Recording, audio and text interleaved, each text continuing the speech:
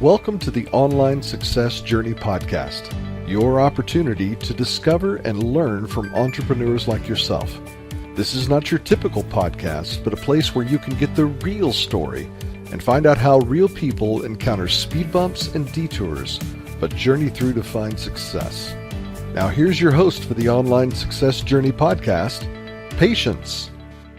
Hello everyone and welcome to Online Success Journey. This is episode 139. Are you ready to join the clan? Today we have Cardiff D, a speaker, a coach, and the founder of Inspirational Insights, and his first book titled Tide Turns and a #1 new release on Amazon. Cardiff's purpose is to create a lasting legacy through empowering his clients to reach and sustain remarkable heights of success in their relationships, businesses, and lives. Hello, Cardiff. Good afternoon, good evening, good day to you. It is fantastic to be here with you, Patience. Thanks for the opportunity to share with your clan.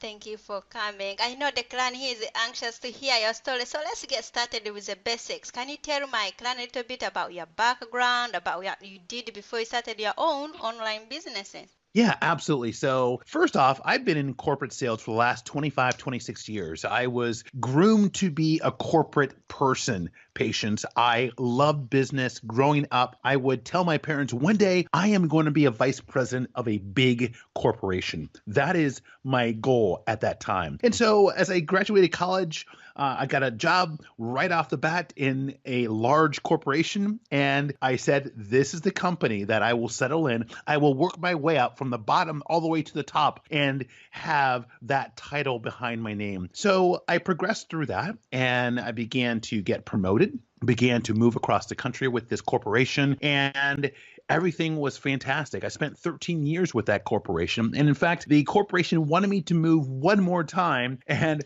I decided I didn't want to do that. I didn't want to move with my wife at the time. And so at that time, Patience, they said, well, you know what? You are going to take yourself out of the promotion track. And unfortunately, that was the way the world worked back then. If you didn't say yes to promotion, you were overlooked. And unfortunately, I was overlooked. So then I decided to transition to another position, to another company. And I did that, and things were going well. I progressed, and I went to another company for a bigger promotion, bigger title. And then I settled in on a company that I was basically a team leader, Patience, of a group of individuals that were underperforming. And out of 16 teams, they were 15 out of 16. Within a year, I was able to elevate that team to a top 3 position.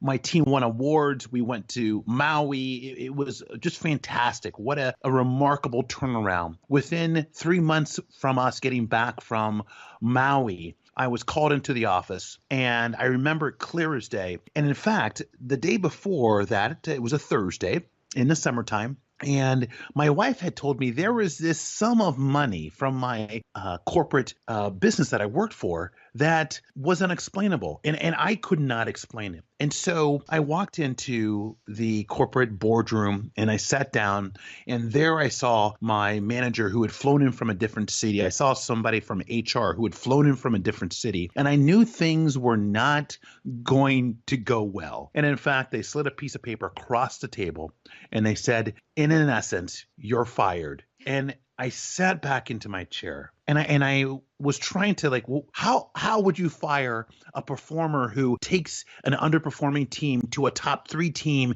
Sales are good, everything is good, and yet they chose to go a different direction. And so I had to leave the office. I had to pack up my things and to leave. And that just completely rocked my world. In fact, Patience, I didn't even have the ability in me to call my wife and to let her know that I was not employed anymore. And I remember walking around downtown Minneapolis, looking around, and I stumbled upon, on the corner was a Barnes & Noble, and in the front of the window was a book called Purpose-Driven Life. And I was like, what is my purpose? Here I was. I wanted to be a VP of a big corporation one day. I had all of these plans in my life, and what is my purpose? I was just fired. I remember I got that book, Purpose Driven Life, and read it, and was still trying to sort out some things. And so quickly I went into the mode of, okay, I have to find an opportunity. I have to find a job.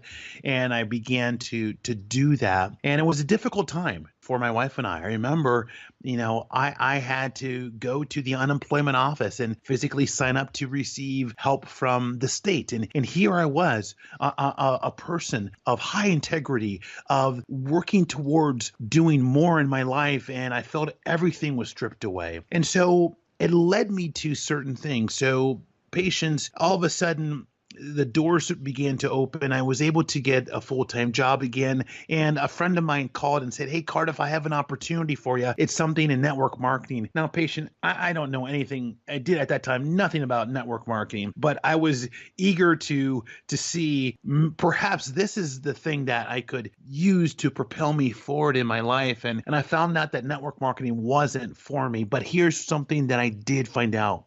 I found out something called self-development. I had never been approached or been told that, Cardiff, you need to work on yourself. You need to work on your mindset. You need to work on who you want to be. Never heard of people like John Maxwell, Les Brown, or Jim Rohn, Darren Hardy. Never heard of these individuals before. And for the first time, I realized that to get where I truly wanted to go, I had to change who I was. I had to work on my mindset. I had to work on my belief. I had to work within to reach where I thought was possible. And through all of this, all of the investment of courses and the learnings of self-development, I'm on a flight back from my corporate job. I get promoted, or actually I get upgraded, patients, to first class. And as I reach down to get my computer, I hear this voice that says, write a book. Now, I've never had that sense of a big voice kind of speaking in my ear. Some would say it was my intuition. Some would say, no, it was something within you that you wanted to write this book. And I've never had an inkling of a thought to be an author, let alone to be a speaker, let alone to have an online presence. Never even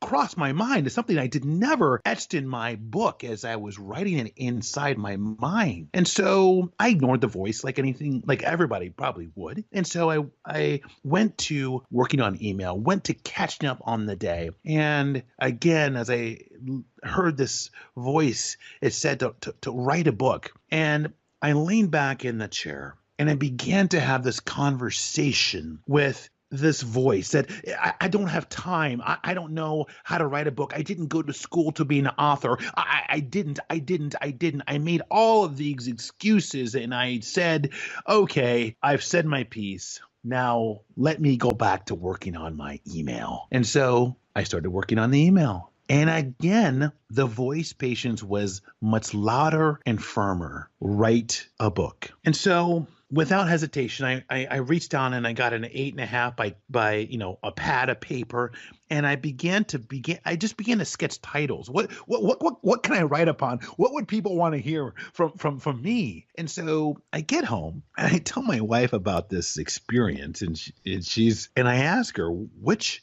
title do you like? And she said, I like this title. And she said, are you serious? You're going to write a book? And I said, yeah, I'm going to write a book. And so I woke up around 4:30 in the morning. Again, I don't know the first thing how to start a book or write a book. I just started to sketch out titles, chapters, and began to create my own framework for the book. And as I began to invest in myself, as I began to listen to the calling that I was supposed to write this book, I found an author group, and I found people around that were at different parts in the process of writing their book, publishing their book. And I began to get the teaching and the coaching that was required to bring a book into the marketplace. And honestly, it's remarkable because I just had brought in, or actually no more business was added to my desk or my job, and I was flying across the country, and I just thought I just don't have time. Patience. I just don't have time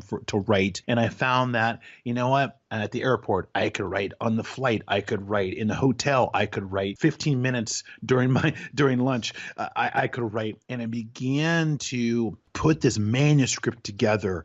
I began to surround myself with people who just had a message to share, began to get coaching from this gentleman that believed in me. And all of a sudden I had a manuscript. And then from there, we developed a launch plan for the book. And from there, things began to happen. And honestly, someone asked me, hey, Cardiff, do you coach? And I had to think about it for a second, Patience, because I didn't coach. And I said, sure. Yes, I coach. And so now I have clients. I coach entrepreneurs primarily. That's who gravitates to me mostly. And we work on elevating them. We work on their mindset. We work on their habits, all of the things that unpack under the word of productivity. We work on, and I talk to groups. And so a long story, Patience, but I wanted to give you and your clan the opportunity to see where I have come from and to see where I am today, because I'm in version 5.0 today, right? If you would have approached me back, 5 years ago, 3.5 years ago, I'm not the person that I was, right? I was different. I was basically, what show do you watch? Can we talk about the actors in the show? And I was really into what the world wants you to believe. And I was living the world's view versus living my legacy, living why am I on this earth? And so that's who I am. I love it. It's been a radical transformation, and I'm excited about where this is headed. Wow, what's the background? Just my mind is like somebody ask you, are you a coach? And then you have never coached before. I said, yes. Never. Now tell us about your first client. And when you went home and you don't, maybe, I don't know if you chatted with your wife and told her that, someone have asked me that, can I coach? And I said yes. What did she say? Right. Or what did you think on that night? How are you going to come up with the whole process of doing this coaching system? Tell us about it. Right. Yeah. Well, you know what? And it's a process. It's a process, right? Because they liked what my material was. They saw me and they said, hey, you know what? Yeah, I believe in you. Can you help me? Can you help me get to that next level?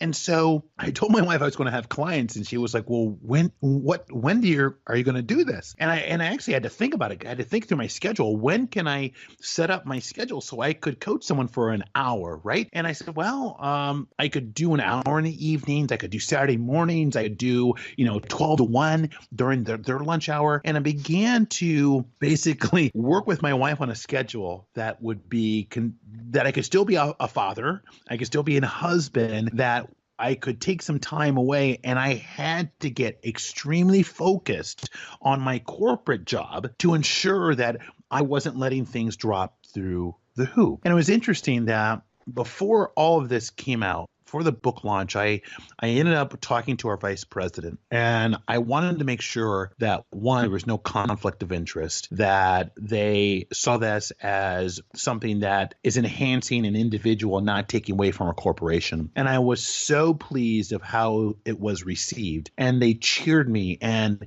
they put me in the company newsletter about the book I had written and what I was doing, and they believed in me. And that's important, because I felt like I was Superman, right? That I would break away from the corporate job. I would, work with my clients. I would go back to my corporate job, right? And I felt that I had this secret light, that here I was helping others, and I wasn't letting things fall, but together things have been so much more just more plentiful and blessed. And I tell you this, we had our national sales meeting, Patience, and I was awarded one of the top salespeople in the company. Now, how is that possible? Seriously, when you think about that. I'm going to be asking you that, where did you get the time? Now you're becoming a coach. Yeah. You didn't have a business plan, and you figured it out. I don't know how you did that. Thank you for becoming a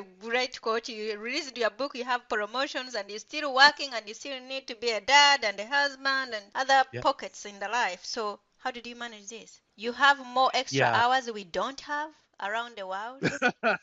Well, you know what? It's interesting, but If someone said like, how do I do it? And you asked me, how do I do it all? And I think number one, I am extremely intentional. Okay. When I sit down at the computer for the day and I know that, okay, I've got a couple client conversations, coaching calls, and I've got my corporate, stuff. I'm extremely like, what is the mission critical things I have to do in my corporate job? And I basically focus on that. I focus on that. I set myself up. I'm extremely rigid in my schedule. I will even go as far as turning off all notifications on my cell phone, on my computer, and I am visioned. Imagine that horse, jogging down the street, right, with his blinders on. That's the kind of focus you need to have if you are propelling yourself to another level. If you're working and you have a side thing, or if you're an entrepreneur and you're working to grow your business, whatever business you're in, you must have the ability of insane focus. And that's quite honestly how I've been able to accomplish so much, patience, because when I focus, I am insanely focused. And does it mean I don't get back to people? No, it means that I get back to people at the time that I'm not focused on my most mission critical priorities. And see, people, will allow themselves to get distracted. And I was just doing something because I have a talk coming up on distractions in the workplace. This report is a couple years old, but a couple of years ago, it was reported distractions in the workplace cost $650 billion in productivity. Not million, billion. Now, if you're an entrepreneur, right, what does that mean for you? Maybe it's not $1 million in productivity. Maybe it's 50,000. Maybe it's 30,000. What could 30 or 50 or $25,000 do for you and your business, right? And so as we allow distractions, we jump onto other people's priorities. Right? Oh, I got an email. Oh, better to answer it, right? Well, what happens if you don't answer the email right away? What happens if you answer the email on your terms versus what someone has told you, right? And so that's just one example, but it really comes down to I was intentional. I had a path. I knew where I wanted to go, and I believed in myself. And so those things create the recipe for me to today, do both. Now, will there be a point that I would say, I have to make a shift? Absolutely. There'll be that point. But today is insane focus, prioritize the vital priorities, and everything else falls down the path in terms of my corporate working hours. I don't know how we are going to do it, but this is going to be very tough. As you said, that for us, we are walking, looking everywhere, being distracted with emails and Facebook and all that. Okay, we will try. Okay, give us some tips how to really, if someone is trying to start up, they are still in their other jobs and they don't know, they are really, what should they do? What should they focus on? Or what should they start? Like how you did. Yeah, absolutely. Well, first, whatever you do, you have to have a passion for, right? So let's say you're working the 9 to 5, the 8 to 5, whatever it is. You have a job Monday through Friday or whatever it is, right? But you have a passion to do something else. You feel led to do something else because that's when you do that thing. It doesn't feel like work to you. You could do that thing for hours upon hours, and it just doesn't feel like work. So how do you make that change, right? Well, I advise you to start slowly, right? So if it's whatever it is, let's say it's you love culinary, you're not doing culinary today, but how do I begin to do culinary on the side? You begin to do a little bit at a time, right? It's like taking that march up the staircase. It's just one step at a time, right? It's just this one thing. Now I can tell you that if you're like me and you're motivated and you believe in yourself and you know that there's something calling for you, you'll want to press. You want things to go faster than you would like, because we all want to get there fast, right? We all want to run that mile in under 4 minutes because everybody else is doing it, right? And we should be doing it too. And if we just focus on, okay, what's one thing I could do today? What's one thing that I could do? Well, I could design my framework of the business that I want to launch. Okay, great. Then let's focus on that. and focus on that one thing and get it right instead of looking like, well, I want this and I want the website. All of that will come, but you have to truly just focus on it piece by piece by piece and remember that it's a process. It's a journey, not a race. It's a journey. And so many entrepreneurs get caught up in that wheel of, I want to get this thing done by this date, right? And they forget about they need to change themselves to become that person. Because if you've been working in an environment where, let's say that someone's always kind of giving you things to do, right? In your role, you come in and like you're part of this process, but somebody's always kind of giving you things to do. So that's your job, right? Your job is like, okay, do this, but it comes from a different person. As an entrepreneur, no one's telling you to do anything, right? And so how do you handle that from a brain perspective? How do you handle that from a neurological perspective? People don't understand that, patience, because your mind has these grooves that you've been trained, that you have basically created these habits based on the circumstances that you are in. Now, when your circumstances are changing or shifting, right, to your passion, you have to create new ways of thinking for yourself. And that takes time, right? That takes nurturing oneself. And so to move from, okay, here's what I want to do to here's what I love to do, it takes practical steps and understanding there is a journey and it's not a race. What have you learned from a business as a whole? Because you have been in a corporate for the last, you were in 25 years to 26 years from there, and then you did a shift change, and now you became an author, a coach, and you're traveling every place. So what have you learned as a whole? Yeah. So boy, there's a lot that I've learned, but I would say the number one thing I've learned is to be patient. That it takes patience and it also takes a team of people to support you. I would say those are my two things, right? So patience in the process, patience in where you're going, but you also need to be around a group of people. You need to be around a group. Maybe they're in the similar industry as you, but maybe they're not, but these are change makers. These are people who are going places. These are people who inspire you. These are people who say, gosh, I want to learn from this person. And I tell you what, I'm in a group of individuals in a mastermind that just are remarkable people. And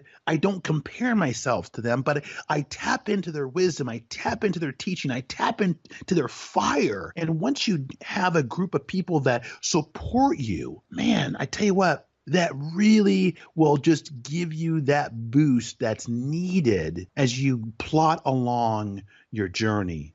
Now, many of your listeners probably patients are, I don't have that group. What should I do? Well, here's one thing you can do. You're listening to this podcast. You're listening to Patience, right? You may not know me. You may not know the guests that are on her show. But what you can do is you begin to get around their fire. You begin to listen to them. You begin to say, gosh, I don't know this person, but I'm going to read his content. I'm going to read her content. I'm going to check this person out. You begin to surround yourself with people that you don't know, but you get to them virtually. You see, I have both. I have people who I don't know. I have people that I surround myself with virtually on an everyday basis. And then I have people who know me, who support me, who cheer me on. Between those two types of folks, right? Getting insight, getting wisdom to help the mind, getting yourself prepared mentally, physically for the day, that will add value to the journey. That's like that compass you need as you go out in this wilderness of the online success, right? And you don't have a compass, it's going to be hard to get where you want to go if you don't know where you want to go and you don't have the people supporting you. So it's patience, being comfortable with where you are, being comfortable with taking action, being comfortable with saying, okay, it's not as going as well or as fast or slow or whatever it is for you, but you have a group of people that you can connect to and you can share the journey with. I think that's important, to have a group of people that know you specifically and who champion you and bring you along the journey. Cardiff, what grounds you? Yeah, you know what? My belief in my creator,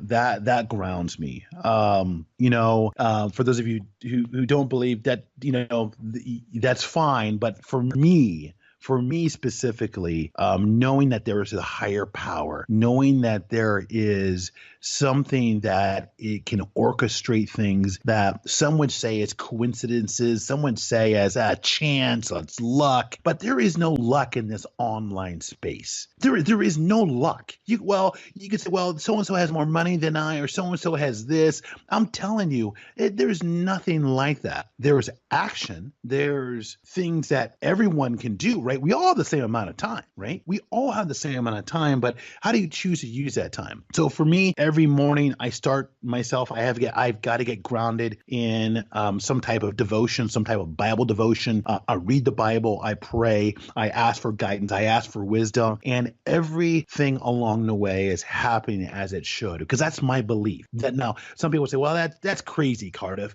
No, that's my belief. That's where my inspiration comes from. Once or twice a week I would write a quote, and I put it on social media. And when I step back and I look at those words, I don't know where, I know where those words come from, but I couldn't see myself saying those words. I don't know. And maybe your client could resonate, but patience, but there's times that something would come down. I'm like, okay, this is what the message is. And I would write it and look, I'm like, I would never write that, or where did that come from? And it's powerful, right? Those are powerful words and messages that I share. And that's where my hope and joy really stem from. And I choose to use that in how I communicate, how I talk, how I coach clients. And it's a higher level of thinking. It's a higher level of embracing something that physically you cannot be seen. Wow, we need that.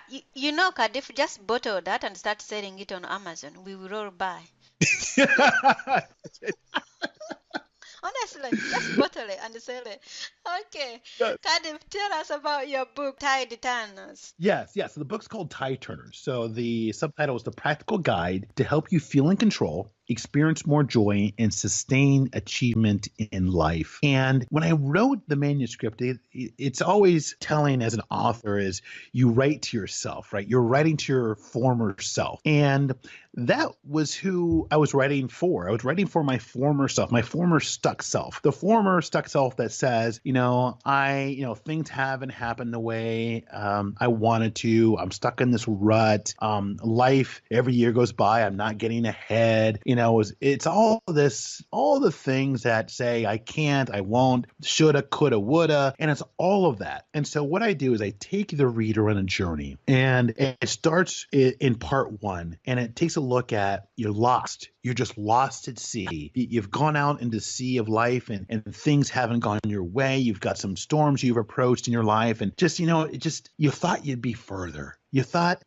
things would be different. You thought that it would be a little bit easier. And so I talk about that. And then I talk about heading back to the dock and taking assessment of what do you need for the journey? Where are you going? I think that's what happened to me, patients. Here I was achieving, right? I was achieving, and I really didn't know where I was going, right? And because things were good. And I think that's the misconception so many people have. And as entrepreneurs, oh, things are good.